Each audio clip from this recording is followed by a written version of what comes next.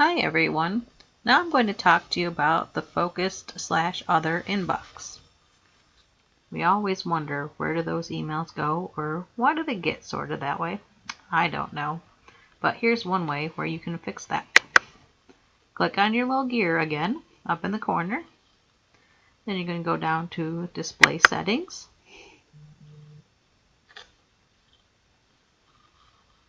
Wait patiently for it to load.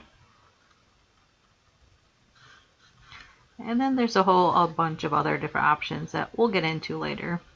But go ahead and go over to the focused inbox.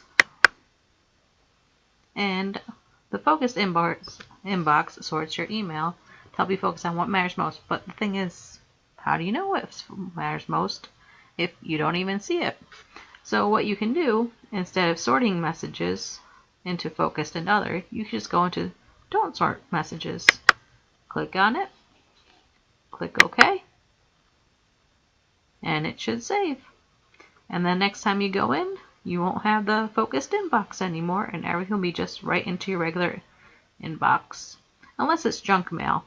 But that's another story, or another video for another time.